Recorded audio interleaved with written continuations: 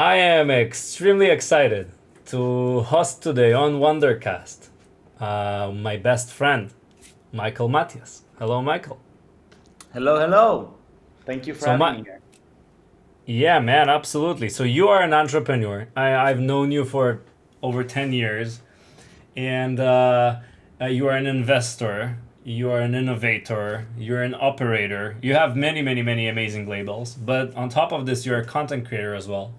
And you have a very successful video podcast, which Wondercast was inspired by the way, called 20-Minute Leaders, where you're giving a stage to many amazing leaders around the world to give a little bit of information about what they're doing. So I'm super excited to have some insights from you to the content creators who are listening to Wondercast. And thank you so much, buddy. Thank you for having me. I think the one of the questions you raised or facts you raised was a very successful podcast, 20-minute leaders, and I think one of the interesting elements here is that maybe my definition of success when it comes to that is probably different than a lot of others, which relates back to more of a core question of maybe being a creator or why why this thing exists. So it's an interesting differentiation. Let's start from there then. What is a success for a content creator? So I don't know about every content creator, but I know my success and what I strive for, and it's been sort of my own journey, really distilling it to why am I doing what I'm doing, and I've become pretty clear on it. Actually, really pretty recently, I've gone back and forth, and now I'm very clear on it. I got to Stanford about 3 years ago, and I was really really excited. I mean, I would walk on campus, and every person I would meet was just so freaking amazing. They would blow my mind open. And then they told me, okay, now you have to choose 8 courses that you're gonna study. So, and you're gonna only really talk to 8 people or 8 disciplines. I was like, I don't want to talk to just 8 people. I want to talk to everybody. I mean, this is amazing what's going on here. And so pretty quickly after I started my studies, I said, okay, well, how about I create this podcast and I just talk to really interesting people. Every person that I would want to talk to or take a course with, I'll just host them for a short conversation and I get to ask them whatever questions I want to ask them, get introduced to their discipline, really hone in on the question of why do you do what you do or why do you love the research you're doing, the company you're building, the leadership that you exert on the people or with the people around you. And it started 2.5 years ago, and since then we've done more than 800 episodes. I think even 850 by 800. this point. Are you going to host Yeah, like a man, huge conference for the 1,000 with all the 1,000 participants? that would be awesome. That would be a really, really awesome event. Definitely, we'll be thinking about that. But looking back, it's just I'm looking at how much I've learned over these episodes, and I've been asking myself, why do I not care about how many views I get or what people are saying about it or not saying about it? It's because it's genuinely coming from a place of I'm interested to create this content for myself as a consumer, and every now and then I hear some personal feedback from people saying, "Hey, I listened to this episode. I learned about this industry." Last yesterday morning I was here sitting and learning about the way that we can recreate boat covers for marine boats. This is something I would never imagine myself looking into. But here I was for 20 minutes listening to the CEO of a boat cover company tell me about why he's so passionate about boats and boat covers. And I was amazed. I was just sitting there in awe, saying like, "Wow, this is so cool. I'm so happy for you, and I can see why you're so excited." And so, yeah, it's been a really really fun journey. Wow, so 800 episodes, both covers, and many other topics that I guess other people have been Mhm. raising. And you had CEOs and VPs and venture capitalists and entrepreneurs, and everything was there. You know, so you've raised one thing that was interesting, and it's that you never cared about the numbers in the podcast. Mhm. So I think you did one thing that Mhm. is extremely fascinating, and I'm talking to a lot of content creators and a lot of podcasters. So you have been able to do 800 episodes all by your own without really having like a full time team. How did you do that? Mm-hmm. It started out, well, I definitely started just by myself, right? I got on a Zoom, I recorded, downloaded, edited, uploaded. I realized very quickly I'm not good at that, right? I mean, for every 20-minute episode I wanted to do, I spent another 3 hours taking up the whole bandwidth of the house, and it was pretty frustrating. And so I think over the last 2 years, I've sort of honed in on how do I take myself out of the process, focus on what I'm good at, which is asking the questions, meeting the people, getting them to talk about what they do and why they love doing it, and I'll find other people. Maybe they're experts and maybe they're not, but I'll get other people to do a lot of this work. And so over the last 2 years, we have built a team of about 7 or 8 people that are dedicated every day to release another episode. We also don't have a specific schedule or a specific timeline. We just say our goal is to upload an episode daily. I do my part in interviewing anywhere from 7 to 14 people a week. This is my fun. So I get to spend I spend on this project maybe 3 hours a week, 4 hours a week, right? That's it. And I have a great team that is doing it, almost full time, making it happen. And I think that the consistency really stemmed first from my personal fulfillment from this. So wanting to wake up every day and go record an episode with a guest, genuinely being very, very excited about what I'm going to learn, getting into every episode with sort of this thought, okay, I am going to become a better person in 20 minutes. I don't know how, I don't know what will happen, I don't know what I'll discover, but I will have at least learned something that I didn't know before. And that is sort of my own KPI. And that's why I've been continuing to drive through this. I've been spending a lot of my own, money and resources trying to make it happen, just because I love it so much. I don't even want to deal with monetizing it and finding other sponsors, because I genuinely am enjoying it, and I'm investing in my own learning and my own curiosity. So, let's say I'm a content creator somewhere in the States or in Europe or everywhere, and I wanna follow your path and to try to create a consistent media channel that generates new pieces of content over and over again. Mhm. But it still costs money, like to outsource, the editing, the bandwidth stuff, all the stuff that you've been talking about.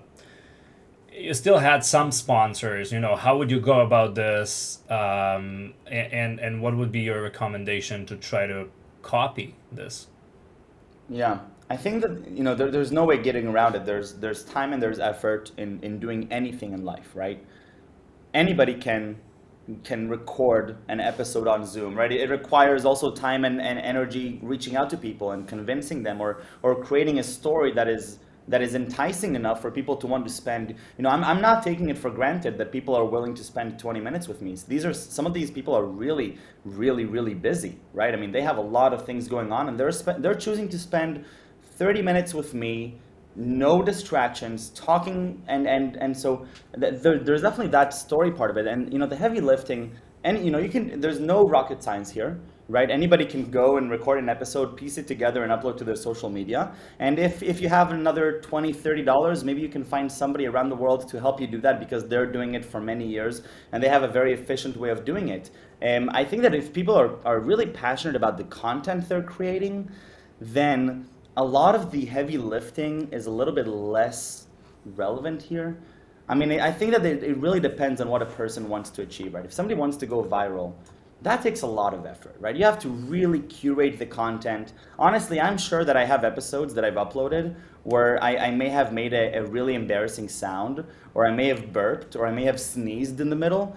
I don't bother taking those things out. I enjoy publishing exactly how the conversation was, as if it's sort of a fireside chat or a coffee table conversation. And I think that's also how I really reduced the cost of my episodes. I think I'm spending about $40 per episode today on the entire heavy lifting process. If I really wanted to, I could probably bring it down to maybe even 25, 30.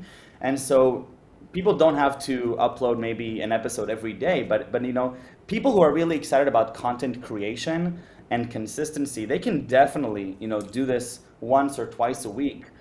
Choose to spend those $30, $40, be creative about it, or do it on their own if they have the time, or maybe they don't have the resources. everything that we're doing in 20-minute leaders is using free software. Just take some time. Right, right. Um, Another thing that you brought up that is pretty interesting is that by the end of the day, it doesn't matter what you do, you have to sell it to people to use it. So it might be a podcast, so they can Mhm. come over and participate, and it might be a product which you're building, or it might be a content you're making that you want people to watch. How do you go about telling this story to the participant, to the user, of everything you're building? Right, right. Right. Also, something I've been trying to understand myself, and lately I've also been shifting the narrative to be a little bit more coherent. For me, my main selling point in the beginning was saying, listen, I'm a young entrepreneur, a young student. I just want to learn. I have a bunch of friends who want to learn with me, and I'm not sure how many people will listen to this or watch this, but maybe it's worth your 20 minutes. And by the way, I'm not asking you to sell yourself or pitch yourself. I generally want to know why you're doing what you're doing. Why are electric vehicles the most interesting technology in the world? Why is space so interesting that you're dedicating your life to discovering life on Mars? Or why are you so passionate about math education that you're spending day in and day out reinventing the way that algebra is being taught? Right? I mean, and I think that first, those questions are not questions that people typically ask in the day to day. And think, I can imagine any person would enjoy sort of sitting back and reflecting, why am I doing what I'm doing? And let me share this reflection with the world. It's a pretty, humbling experience, I think, that I'm trying to practice myself as well. I found that people enjoy this idea of reflection, taking some time to sit back and pausing and saying, can I articulate why I'm doing what I'm doing? And most times in our life, we don't have time to stop and ask these questions. And this is what we're doing right now. I love this. I'm getting to sit back and I'm reiterating my own story of why am I doing 20-minute leaders? Why am I spending so much time, effort into this project over the last 2.5 years? And I'll tell you, I know that I'm going to be continuing with this project for many, many more years. And I'm going to hold myself accountable. I want to get to 20,000 episodes. It is just awesome. I get to sit down every day and for 20 minutes forget about everything I know and learn about something I know nothing about. How cool is that? It can be something I know little about, a lot about, or nothing. And I get to sit down and be quiet about it and just take it all in. And I can challenge perceptions. And then I find myself at 2 a.m. researching boat covers. Who would have thought that that's what I would do? And maybe I'll be interested and maybe I won't, but it doesn't matter. Keeping an open mind and discovering these new worlds. And so when I talk to people, and when people come online for a conversation, they initially agree because it's a podcast and they'll get their message out there and they'll sell more or they'll look better. I don't know why. Every person with their own agenda. I don't care. Because when they show up and I start the conversation before I hit the record button, I tell them, listen, I am Michael. I'm really curious. And for these 20 minutes, I don't really want you to sell me on who you are and what your product is. I want you to sell me on your life. Why do you do what you do? Why are you so freaking curious and passionate that you're dedicating your life to this? And I tell them, and I hope you have a good answer, because that's what I'm looking for. Maybe some of them are sort of taking this time also and they're saying, okay, maybe this is an opportunity to fine tune what I'm doing. I hope I'm not causing any existential crises for my guests. I don't think I am, because I choose people that seem to be really passionate about what they're doing. But that is, and I see how satisfied they are. I see how all of a sudden a weight has been lifted off their shoulders and the conversation becomes so natural and so organic that it's pretty special. And so I definitely think that they enjoy the episode just as much as I do. And yeah, I'm just excited to continue with it. Wow, wow, wow, wow, wow. That was deep. Um, cool. I want to take you back to the content creation part. You've been making the same kind of Yep. format for, I don't know, 700 Uh-huh. episodes, and then you came up with a new format, which was basically maybe debates or kind of You had like more than two people basically that were discussing a topic. Tell me a little bit about Yep. switching to new formats. How do you think about the future of it, and why would you do that? My personal perception is that I'm open-minded to anything that will get me to learn more and experimenting. We've done a few episodes where we had a panel of people who were Right. conversing on a topic. Very different conversation. Very different conversation. This is not, hey, tell me about what you do and why you love it. No, this is an actual coherent debate. Yesterday, I was hosting a panel with the CEO of American Express Israel and some lawyers and some bankers and VCs, and we were talking about the market change and what's happening right now that founders can take away. Right? This is not. I'm not sitting there as Michael, the infinite curious child who's looking to absorb information. This is more of an intellectual conversation about what's happening now and what should happen. So I'm very open to experimenting. My core is always there.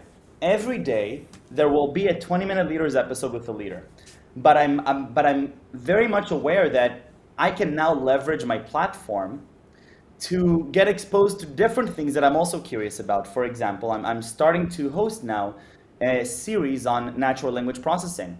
This is what I do for my daily day to day. I'm a researcher in innovation endeavors at Stanford, and I'm looking at how natural language is taking over the world, both from a technology perspective, but also from a society perspective. And I started looking for people to talk to and research about this, and then I realized, like, wow, I can just leverage this platform that I have to get some of the most interesting people in the world to spend an hour and a half with me on a podcast, because this is an opportunity for them to also expose to the world what they're working on. And because I've built this system that allows me to curate content, it's a win-win for everybody. And so now we're going to publish a 30 or 40 episode miniseries. This time every episode is about an hour and a half long. It's a deep episode. This Wow. is not Michael Curious. This is Michael the interrogator, the researcher, coming and sort of challenging what people are thinking and saying about the NLP space. It's still under the same content creation umbrella, and I'm just leveraging the content platform to allow me to investigate these different routes. And maybe in 6 months, I'll do the same thing for quantum computers. And maybe I'll do it then for electric vehicles. I don't know, whatever I'll be passionate about. The core is the same. I'm creating a platform that allows me to get content, get information, and expose it to the world. And I'm always open to investigating new ideas. And sometimes it requires more work or less work, but I'm very open to it. Got it. Okay, so last question. I'm curious, because I guess you'll be innovating with new kind of formats in the future as well. As you said right now, you'll, Mhm. choose specific topics and stuff like this. But you first had the hook. You had 20-minute leaders, which is a format that worked very well. People like it. It's very short, predictable. They know who the people are. Like, it works very well. How would you, or what would be your tip for a content creator, for somebody who wants to start a media channel like yours, to think of this hook, to think of this Mhm. format that will work for them? It's a great question. I have no idea how I came up with mine. I think it was my tendency is to think of something, commit to it, do it, and then pivot really quickly along the way. And so we've made a lot of pivots in 20-minute leaders. My first episode with Amir Shvat 2.5 years ago is very different from the 700th episode I did, which was also with him. And we talked about how the experience was different. Anything from the way I write the title of the show to the questions I ask ahead of time to get them to prepare, all the way to the way that I'm sitting and expressing myself. So those are all pivots that I made along the way. My always perception, and this is true for anything in life, just start. Just just frickin' start. You have an idea, you want to try something, just do it. You're gonna fail, obviously, but you'll pivot, and then you'll fail again, and you'll pivot again, and every time you'll fail a little bit less and a little bit different, and well, you'll never reach perfection. I mean, I am 20-minute leaders as a failure in a lot of different aspects. Some of them I care about, some of them I don't care about, and just now I'm pivoting again, right? I'm creating this new mini series, and I'm rebranding 20-minute leaders with a new color scheme soon. So I don't see that as dramatic changes. I see them as small step functions that get me closer and closer to what sort of my vision is.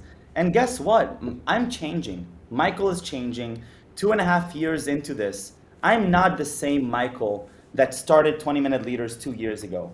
I'm different. I speak differently. I think differently. And so allowing myself the open-mindedness, saying, Michael, I'm a creator at heart, and I'll always create. And at any given moment, I just have to ask myself, what do I want to create now? And I'm not constraining myself to what Michael 2.5 years ago said. Sure, I called it 20-minute leaders, but guess what, Mickey? Maybe tomorrow I'll wake up and I'll say, you know what? I'm not into this 20-minute anymore. I want to call this 25-minute leaders. Why? Because I want to, right? That's who I am now. Now there's trade-offs, but I'm allowing myself the open-mindedness to do it, which means that if I go back to your question, which is, how do you get started? The answer is you just do. The first idea you have in your head, you just do it. 20-minute leaders started with on my ex-girlfriend's couch, and that day she started her own podcast as well. We decided at that same moment we're going to start a podcast. 30 minutes later, we both had a name, and we both reached out to different guests.